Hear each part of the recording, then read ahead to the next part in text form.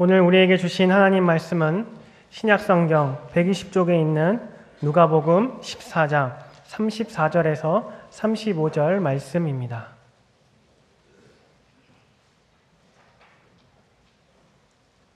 신약성경 120쪽에 있는 누가복음 14장 34절에서 35절 말씀입니다. 이제 말씀을 봉독합니다. 하나님의 말씀을 경청하시기 바랍니다. 소금이 좋은 것이나 소금도 만일 그 맛을 잃으면 무엇으로 짜게 하리요? 땅에도 거름에도 쓸데없어 내버리느니라. 들을 귀가 있는 자는 들을지어다 하시니라. 아멘. 사람들이 먹는 먹거리들을 보면 다 나름대로 고유한 맛을 가지고 있습니다. 쌀밥을 먹어보면 쌀밥의 맛이 있고, 또 보리밥을 먹어보면 보리밥의 맛이 있습니다. 칼국수는 칼국수대로의 맛이 있고, 메밀국수는 또 메밀국수대로의 맛이 있습니다. 음식만 그런 것이 아니고 과일도 그렇습니다. 사과는 사과의 맛이 있고, 복숭아는 또 복숭아의 맛이 있습니다. 우리말에 보기에 좋은 떡이 어떻습니까? 먹기에도 좋다. 그런 말이 있기는 하지만은 항상 그런 것은 아닙니다. 예를 들어 사과의 경우를 보더라도 사과알이 아주 굵고 또 빛깔도 좋아서 굉장히 먹음직스러운데 정작 먹어보면 별 맛이 없어요. 근데 어떤 사과는 사과도 별로 크지 않고 생긴 것도 좀 그래요. 그런데 먹어보면 맛은 기가 막힙니다.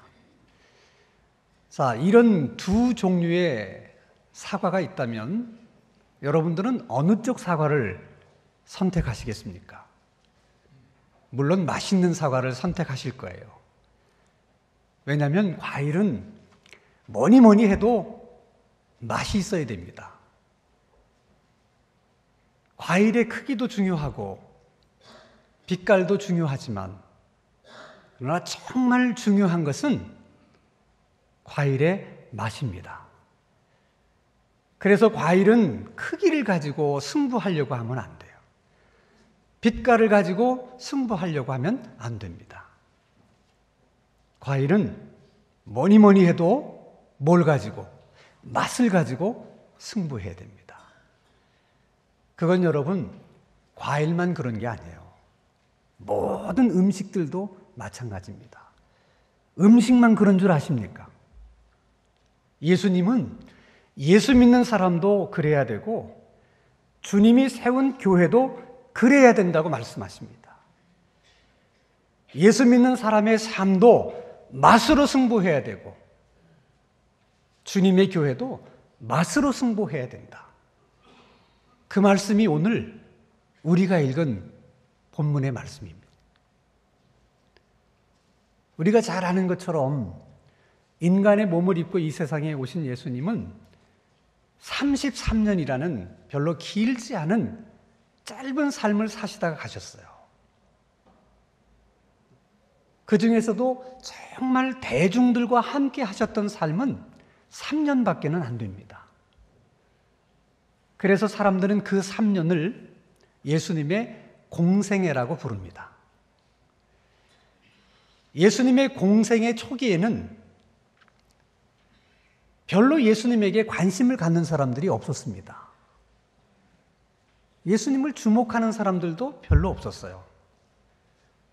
그런데 예수님이 많은 기적을 행하시고 많은 능력을 행하시는 것을 보면서, 그리고 예수님께서 하나님의 말씀을 권세 있게 가르치시는 그의 가르침을 들으면서 사람들이 예수님에게 관심을 보이기 시작합니다. 공생의 2년차쯤 접어들었을 때는 예수님의 인기가 절정에 다다릅니다. 어디를 가든지 예수님 얼굴 한번 보고 싶어서 수많은 군중들이 예수님께 몰려들었습니다. 우리들은 예수님의 제자가 되겠습니다. 그런 생각으로 예수님을 따라오는 사람들이 얼마나 많이 있었는지 모릅니다. 어느 날 예수님은 그들을 뒤돌아보면서 이렇게 말씀하셨습니다. 너희들이 가족들은 물론이겠지만 너희들의 목숨까지도 미워할 수 없다면 내 제자가 될 수 없다. 자기 십자가를 지고 나를 계속 쫓아올 의향이 없는 사람도 내 제자가 될 수 없다. 너희들이 가지고 있는 그 모든 소유를 나를 위해서 버릴 마음이 없는 사람도 내 제자가 될 수 없다. 그러므로 별 생각 없이 무턱대고 제자가 되겠다고 나를 쫓아오지 말고 잘 생각해보고 그리고 미리 계산해보고 정말 내가 예수님을 쫓아갈 것인가? 정말 내가 예수님의 제자가 될 것인가? 생각해보고 계산해보고 그리고 선택해라. 그러면서 결론으로 주신 말씀이 오늘 우리가 함께 읽은 본문의 말씀입니다. 누가복음 14장 34절에서 35절의 말씀을 다시 한번 같이 읽습니다. 시작. 소금이 좋은 것이나 소금도 만일 그 맛을 잃으면 무엇으로 짜게 하리요? 땅에도 거름에도 쓸데없어 내버려 짓느니라. 귀가 있는 자는 들을지어다 하시니라. 두 가지를 말씀하고 계시죠? 소금은 좋은 것이다. 그러나 그 소금이 만일 맛을 잃으면 그 소금은 아무짝에도 쓸모없는 것이 된다. 그래서 결국 사람들은 그 소금을 외면하게 될 것이고 그 소금을 버리게 될 것이다 하는 것입니다. 지금 예수님은 예수 믿는 사람들을 그리고 교회를 소금에 비유해서 말씀하고 있습니다. 그래서 똑같은 말씀을 마태복음 5장 13절 말씀을 보면 너희는 세상의 소금이니 소금이 그 맛을 잃으면 무엇으로 짜게 하겠느냐라고 말씀을 하십니다. 누가 세상의 소금이에요? 우리들이 세상의 소금입니다. 주님이 말씀하십니다. 소금은 좋은 것이다. 그리고 우리는 세상의 소금이다. 그러면 여러분, 소금은 누구를 위해서 좋은 것입니까?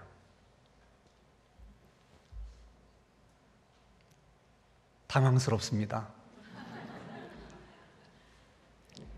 우리가 세상의 소금이라고 주님이 말씀하시면서 소금은 좋은 것이다. 그러면 도대체 소금은 누구를 위해서 좋은 거예요? 세상을 위해서 좋은 것입니다. 주님이 그렇게 생각하시고 주님이 그렇게 말씀하신다면 우리도 그렇게 생각하고 우리도 그렇게 확신해야 됩니다. 예수 믿는 사람들은 세상에 좋은 사람들이라는 거예요. 예수 믿는 사람이 있다는 것은 세상에 좋은 일이라는 거예요. 그리고 세상에 교회가 있다는 것, 그것이 세상에는 좋은 일이 된다는 거예요. 한번 따라하십시다. 우리는 세상에 좋은 사람들입니다. 우리 교회는 세상에 좋은 교회입니다. 그러나 언제나 그런 게 아니에요.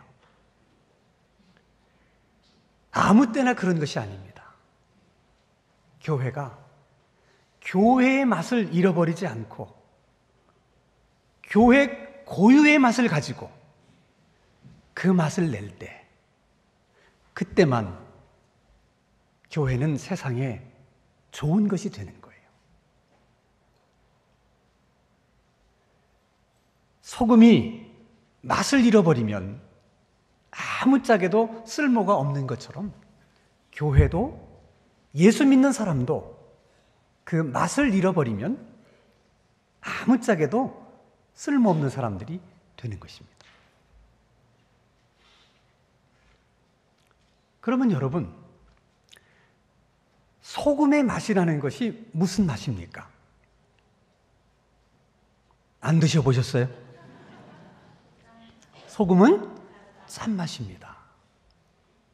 그 짠맛 때문에 음식에 들어가면 음식의 간을 맞춰서 음식을 맛있게 만들어요.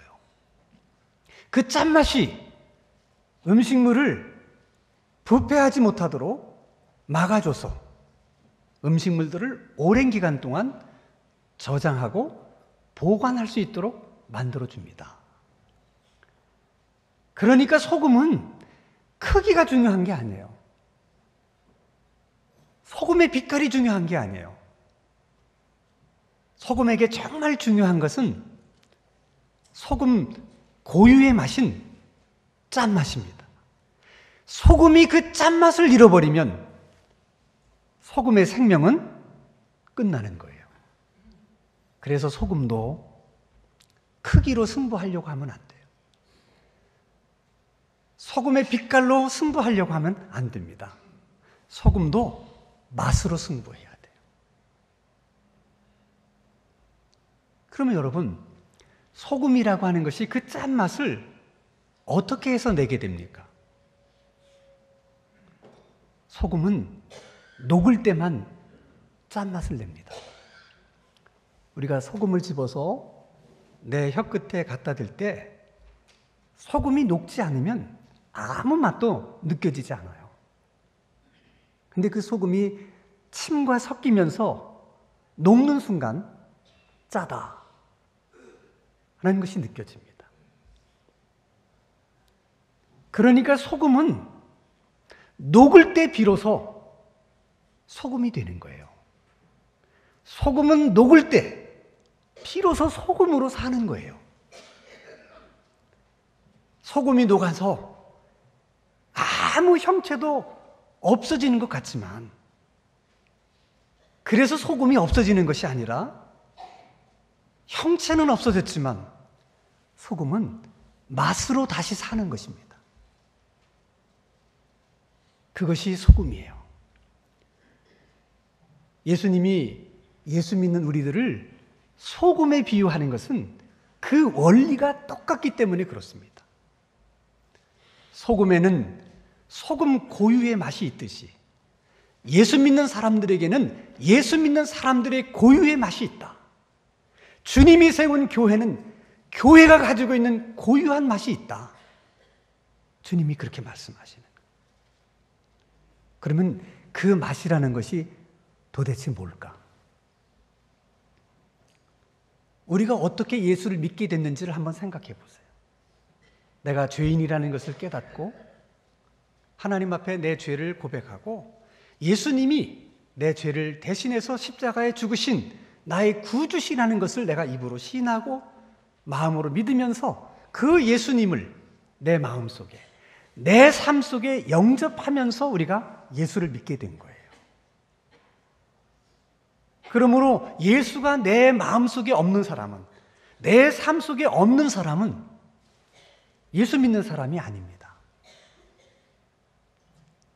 그러므로 우리가 예수를 믿는 순간 우리 안에 들어와 계신 예수, 우리 삶 속에 들어와 계신 예수, 그 예수가 예수 믿는 사람의 맛입니다.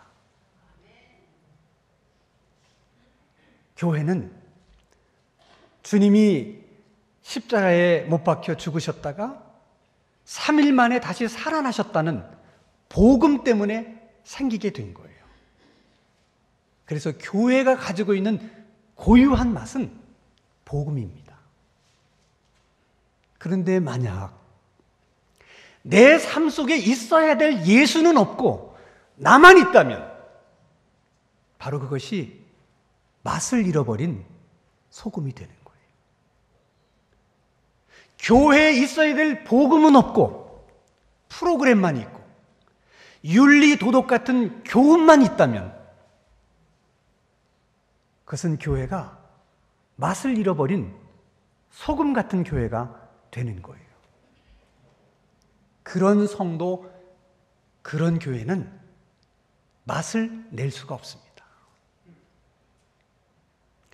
소금은 녹아서 맛을 내는 것처럼 예수 믿는 사람들은 죽어서 맛을 내는 것입니다. 이것을 잊어서는 안 됩니다. 녹지 않으면 절대로 맛을 낼 수 없습니다. 죽지 않으면 절대로 우리는 예수의 맛을, 복음의 맛을 낼 수가 없는 거예요. 죽어야만 맛을 낼 수 있습니다. 그 사실을 사도 바울은 갈라디아서 2장 20절에서 이렇게 말씀을 하셨어요. 내가 예수님과 함께 십자가에 못 박혔나니 그런즉 이제는 내가 산 것이 아니요 오직 내 안에 그리스도께서 사신 것이라. 이제 내가 육체 가운데 사는 것은 나를 사랑하사 나를 위해서 자신의 몸을 버리신 하나님의 아들을 믿는 믿음 안에서 사는 것이다. 두 가지 말씀하시는 거예요. 예수 믿는 사람이라는 뜻은 다 우리는 예수와 함께 죽은 사람들이라는 거예요.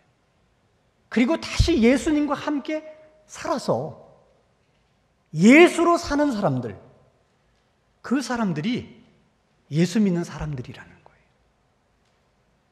우리는 죽어서 다시 사는 사람들이에요. 죽어서 다시 살 때는 내가 사는 것이 아니고 예수가 사는 거라는 것입니다.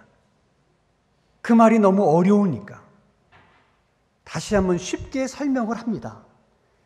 그 하나님의 아들은 예수를 믿는 믿음 안에 사는 것이다. 그렇게 설명하는. 소금이 녹아서 맛을 내는 것처럼 우리는 죽어서 예수의 맛을 내고 믿음의 맛을 내고 복음의 맛을 내는 것. 소금이 녹지 않으면 맛을 낼 수 없는 것처럼 우리도 죽지 않으면 맛을 낼 수 없습니다. 우리가 죽지 않으면 절대로 우리는 예수를 위해서 살 수 없습니다. 복음을 위해서 살 수 없습니다. 그리고 믿음으로 살 수 없습니다. 우리가 그렇게 살지 못하면 우리는 세상에 좋은 것도 아니고 필요한 것도 아니고 아무것도 아니라는 거예요. 그래서 예수 믿는 사람은, 그래서 교회는 다른 것이 아닌 예수로 승부를 해야 됩니다. 그 예수님을 믿는 믿음으로 승부를 해야 됩니다. 그리고 복음으로 승부해야 됩니다. 맛으로 승부할 때만 세상의 교회는 필요한 교회가 되는 것이고 예수 믿는 사람들은 세상에 좋은 사람들이 될 수가 있는 것입니다. 제가 지난주 월요일부터 한 주간 동안 베트남의 교회들을 방문하고 돌아왔는데 여러분 잘 아는 것처럼 베트남은 공산국가예요. 개혁개방을 하면서 지금은 사회주의 국가라는 표방을 하고 있는 나라입니다. 법으로는 종교의 자유가 있지만 전도의 자유는 없습니다. 같은 베트남 사람끼리도 예수 믿어라, 교회 나와라, 그런 얘기를 절대로 할 수 없습니다. 만약 그런 얘기를 했다가 그 사람이 가서 고발을 하면 붙잡혀갑니다. 예수 믿는 사람은 군대도 갈 수가 없고 공무원도 될 수가 없고 공공기관의 직원도 될 수가 없습니다. 혹시 그런 사람들이 예수를 믿는다는 사실이 밝혀지게 되면 그날로 직장에서 쫓겨나게 됩니다. 뿐만 아니라 가장 어려운 사람들을 위해서 정부가 쌀값을 지원해 주는데 그 어렵고 가난한 사람들이 얼마 되지 않는 그 쌀값 보조금을 받다가 교회 다니는 사람이라는 것이 밝혀지는 순간 그 보조금이 중단돼서 그 보조금을 받을 수 없다는 것입니다. 지금도 그 나라는 10호제라는 제도가 있어서 10사람 중에 한 사람은 다른 9사람의 근황을 항상 위에다가 보고를 해야 된다는 거예요. 그 한 사람이 누군지 서로 몰라요. 그러니까 서로 감시를 받으면서 살아가고 있는 것입니다. 놀라운 것은 그런 나라에도 교회가 있었습니다. 북부 베트남만 하더라도 교회가 16개가 있고 기도처가 1000개 정도가 있답니다. 그 16개 교회 가운데 대표적인 교회가 하노이 교회와 다낭 교회예요. 하노이 교회 성도는 800명이고 다낭 교회 성도는 2000명입니다. 아니 어떻게 전도를 할 수 없는 그 나라에서 예수를 믿으면 직장에서 쫓겨나는 그런 사회에서 예수를 믿으면 얼마 되지 않는 쌀값 보조금도 받을 수 없는, 그리고 10명 중 한 사람의 감시를 받을 수밖에 없는 그런 나라에 800명이나 아니 2000명이나 되는 사람들이 어떻게 예수를 믿겠다고 교회를 다니고 있는 것일까? 이게 여러분 이해가 되십니까? 더 놀라운 사실은 그 하노이 교회 안에 계속 예수 믿는 사람들이 늘어나니까 목사가 부족한 거예요. 그래서 목사들을 훈련시키기 위해서 신학교를 세웠는데 25명의 청년들이 그곳에서 공부를 하고 있었어요. 그런 나라에서 무엇 때문에 목사가 되려고 하는 것인지 정말 이해할 수 없는 거예요. 10호제 때문에 교인들 중에도 목사님이 설교를 하고 나면 무슨 설교를 했는지 그 내용을 다 적어서 상부에 보고하는 사람이 있어요. 25명의 신학생 중에도 교수님들이 뭘 가르쳤는지를 다 적어서 매일매일 보고하는 보고자가 있습니다. 목사님도 알고 있고 그 사실을 교수님도 알고 있고 자기들끼리도 알고 있는 사실입니다. 그래서 목사님들이 설교를 할 때 조심하실 수밖에 없는 거예요. 다 올라가니까. 그래서 그 목사님들이 설교를 할 때 절대로 정치, 경제, 사회, 문화에 대한 이야기를 한마디도 언급하지 않는다는 거예요. 왜냐하면 잘못 얘기했다가 잘못되는 수가 있으니까. 그래서 그런 것들을 말할 수 없기 때문에 역설적으로 베트남 교회 목사님들이 복음만 말한다는 거예요. 복음만 말할 수밖에 없다는 거예요. 그 복음만 들은 그 베트남 교회 성도들이 은혜를 받고 나가서 전도를 해야 되는데 전도를 못하니까 만난 사람을 붙잡아 놓고 간증을 한, 내가 교회 다녀서 이렇게 됐다. 내가 예수님을 믿고 나서 이렇게 됐다. 예수님은 누구다. 거기까지만 얘기해야 돼. 그러니까 너 다음 주일부터 교회 나와라.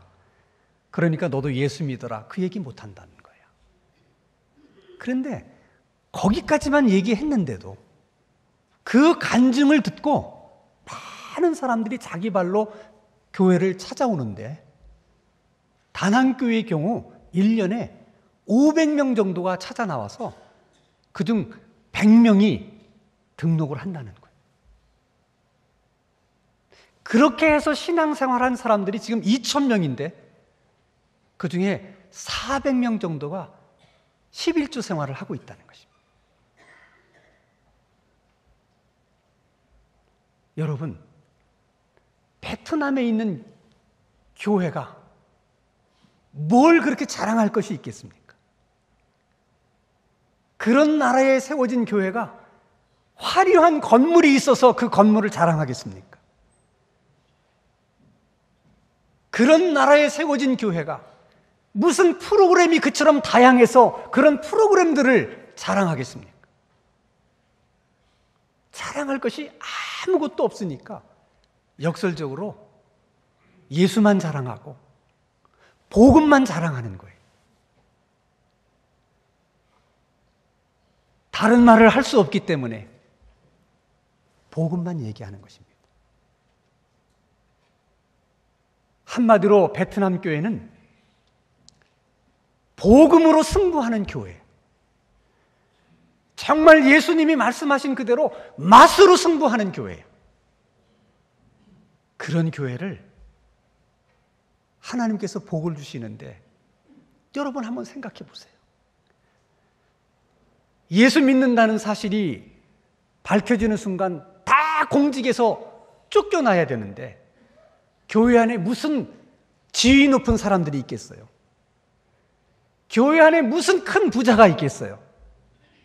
다 어렵고 가난한 사람들이 찾아와서 예수를 믿는데 복음으로 승부하는 교회에서 복음을 듣고 복음으로 승부하면서 그들이 살아가려고 하니까 하나님이 계속 그들의 삶에 정말 신비할 정도로 복을 주셔서 지금 교회 안에 자가용을 갖게 되는 성도들이 점점 늘어나고 있다는 거예요. 맛으로 승부해라. 이것이 오늘 아침 하나님께서 우리들에게 주시는 말씀이에요. 예수 믿는 사람은 예수 믿는 사람의 고유한 맛으로 승부해야 됩니다. 교회는 교회가 가지고 있는 고유한 맛으로 승부해야 됩니다. 바라기는 우리 신당중앙교회 모든 성도님들은 여러분의 삶 속에서 정말 예수로 승부하고 그 예수님을 믿는 믿음으로 승부하고 복음으로 승부할 수 있게 되기를 바랍니다.